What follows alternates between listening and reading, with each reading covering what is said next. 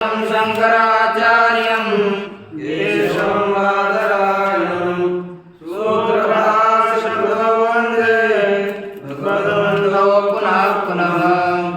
ईश्वरो गुरुरात्मेति मूर्तिभेदविभागिने व्योमवद्व्याप्तदेहाय दक्षिणामूर्तये नमः।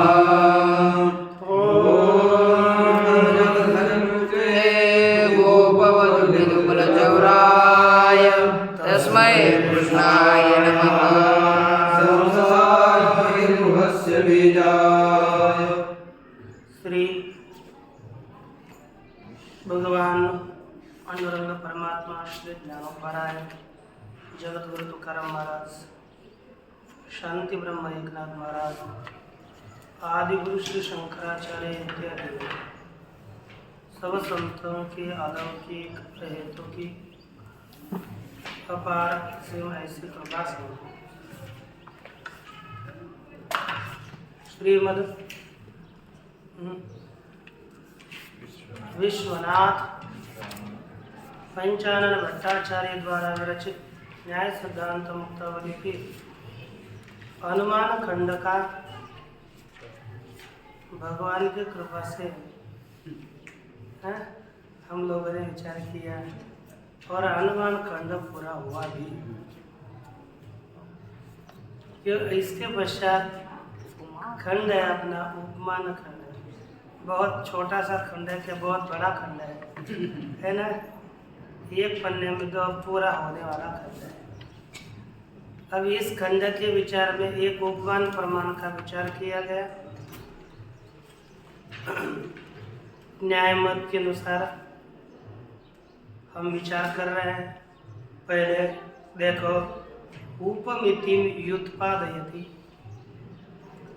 उपमिति का उपमिति की सिद्धि करते हैं। अब देखो, और यहाँ पर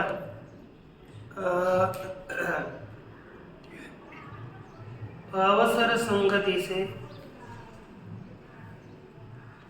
इस उपमान खंड का विचार है। अब देखो क्या होता है, श्लोक के अनुसार चलेंगे हम। ग्रामीणस्य प्रथमतः पश्यतो गवयादिकं सादृश्य दीर्घवादीनां या साकारणं मतं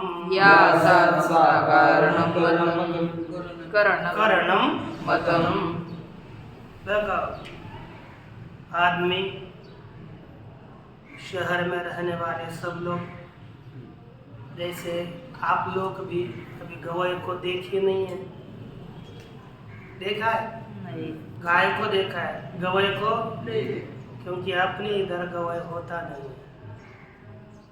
गवय उत्तर प्रदेश आदियों में ज़्यादा उपलब्ध होता है। तो हम लोग चले गए उत्तर प्रदेश में। अब क्या है, हमने तो देखा है, हमने देखा लेकिन आप लोगों ने देखा। चले गए उत्तर प्रदेश में और अब जंगल में गए, उधर खेतों में जाकर पूछे कि दृग गवयः, गवय किस प्रकार का होता है? देखा नहीं था, लेकिन गाय तो देखी थी। जाने के बाद बोले गवय सदृशो गवय थे, गवय। ये अतिदेश वाक्य आया। उस वनस्थ पुरुष ने बताया कि गाय की तरह गवय होता है ना। तो फिर चला गया जंगल में। उसको गाय के जैसा पिंड आदमी, एक प्राणी दिखा, उस आदमी को प्राणी दिखा। और फिर देखा, अरे ये प्राणी तो गाय के जैसा है। गाय नहीं है लेकिन गाय के जैसा है, इसीलिए गोपद गवय पद का वाच्य यही है। इस प्रकार की अनुमिति उपमिति हो जाती है। न्याय मत के अनुसार गवय पद का, ये गवय पद संज्ञा है और आगे का पिंड क्या है? संज्ञा है। विषय है। एक इन दोनों का संबंध ज्ञान होना संज्ञा, आगे का पिंड और ये संज्ञा गवय नाम, इनके संबंध का ज्ञान हो जाना, यही उपमिति है। इसलिए गवयः गवय पदवाच्य इस प्रकार की उपमिति ये कौन मानते हैं? नैयायिक मानते हैं। इनके अनुसार ये उपमिति है। और उसका करण कौन हो गया? अतिदेश, वाक्य का स्मरण।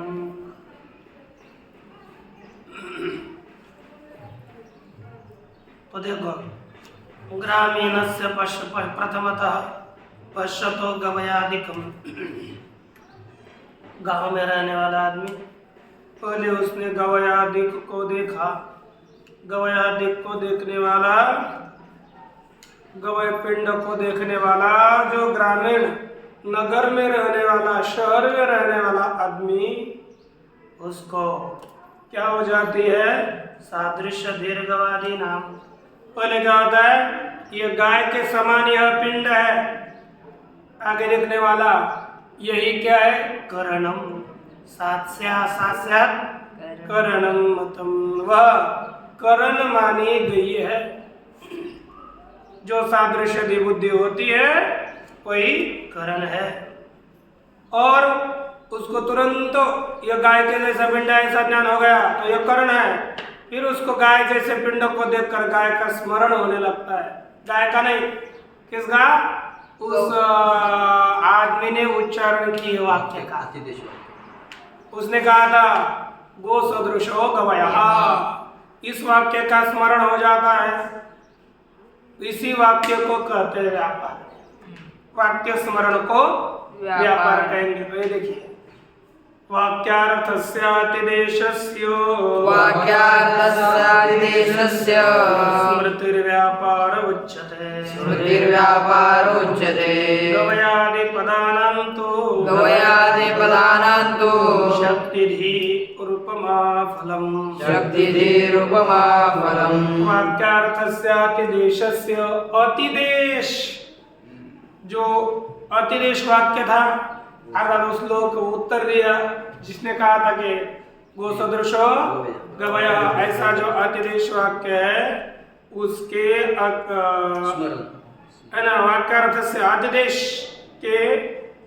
वाक्य के अर्थ का स्मरण होना, यही क्या है? व्यापार। और अब हो गया गवय में गो के सादृश्य का ज्ञान होना, प्रत्यक्ष होना, यह हो गया करण। अतिदेश वाक्यार्थ का स्मरण हो गया व्यापार। और इसके बाद क्या होगी? उपमिति, उपमा। क्या है? कहते गवयादि पदानाम शक्तिधि, गवय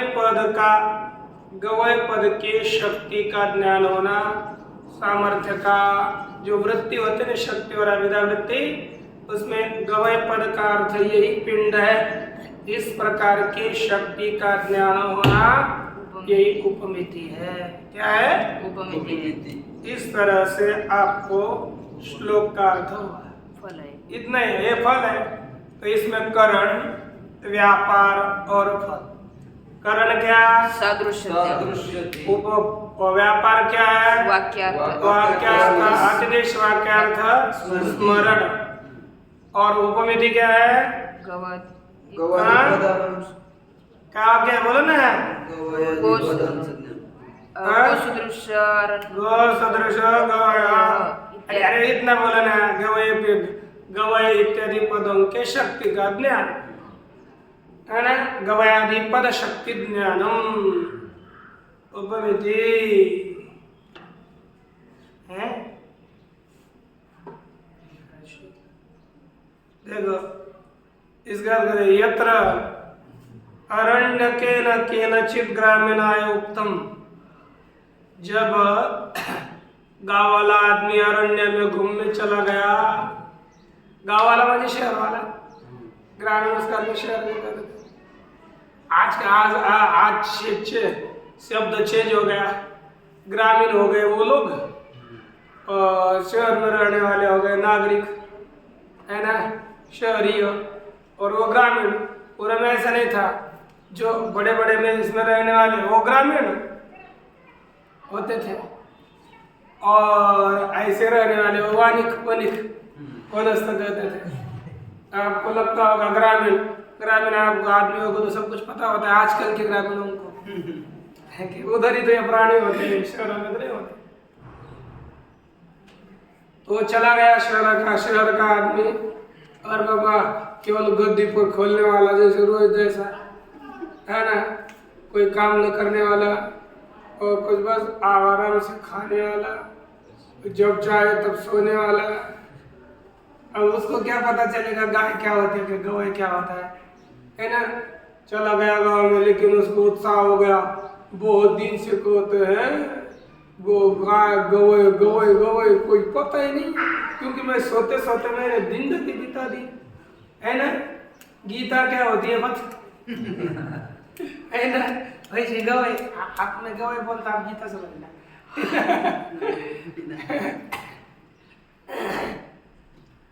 तो फिर क्या, चला गया और जाकर पूछा, बबुआ गवय किसको कहते हैं?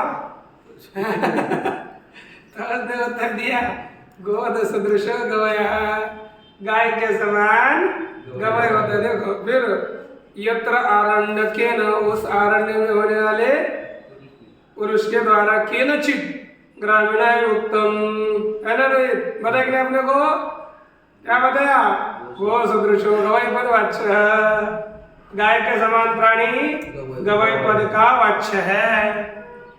पश्चात ग्रामीणेन क्वचित अरण्यादो गवयो दृष्ट, उसके बाद अरण्य में चला गया और ग्रामीण ने, नागरिक ने, शहरी आदमी ने कहीं पर किसी अरण्य में गवय को देखा। तत्र गो सादृश्य ज्ञानम यज्जातम, वहां पर यह गाय के समान प्राणी है, ऐसा जो ज्ञान उत्पन्न हो गया, तद उपमितिकरणम, वही उपमिति का करण है। तदनंतर उसके बाद क्या ज्ञान हुआ रे, गो सदृश गवय पदवाच्य, गाय के समान प्राणी गवय पद का वाच्य है। ऐसे जो अतिदिश वाक्यार्थ का स्मरण हुआ, उत्पन्न होता है, तदेव व्यापार, उसी को क्या कहते हैं, व्यापार। तद अनंतरम, उसके बाद यह गवय पद का अर्थ यह पिंड है। यह जो ज्ञान हुआ, गवयो गवय पदवाच्य इति ज्ञानम यज्जायते तद उपमिति, वह क्या है, उपमिति है। न तो अयम गवय पदवाच्य इति उपमिति, यह गवय पद का वाच्य है, यह उपमिति नहीं है। क्यों, गवयांतरे शक्ति ग्रह भाव प्रसंगात, अन्य गवय में शक्ति ग्रह के अभाव का प्रसंग होने से, है कि नहीं। इसलिए तर्क संग्रह में क्या लिखा है, अयम गवय पदवाच्य, तो यही गवय पद का वाच्य है। दूसरे प्राणी में उस जैसे गवय पद के वाच्य नहीं, क्या है ना, नहीं। जैसे देखा, आपको देखा, आपको हमने कहा अयम मनुष्य, तो यह मनुष्य नहीं कहा है, वैसे ही आगे दिखने वाला गवय का जो पिंड है उसको कहा अयम गवय पदवाच्य, अयम से संकुचित होगा, इसलिए अयम गवय पदवाच्य, यह उपमिति नहीं मानता है। गवय गवय पदवाच्य, गवय पदवाच्य, इस तरह के शक्ति का ज्ञान होता है कि नहीं। अब देखते हैं, यदि श्री विश्वनाथ पंचानन भट्टाचार्य विरचितायां सिद्धांत मुक्तावल्याम उपमान खंडम समाप्तम। आज एक खंड पूरा हो गया, आज 2 खंड में चल रहे हैं। देखो 2 खंड एक दिन में गेले रहे, है कि नहीं। अथो शब्द खंड, अब कौन सा खंड है, शब्द खंड। चेंज करते हैं, क्या होगा?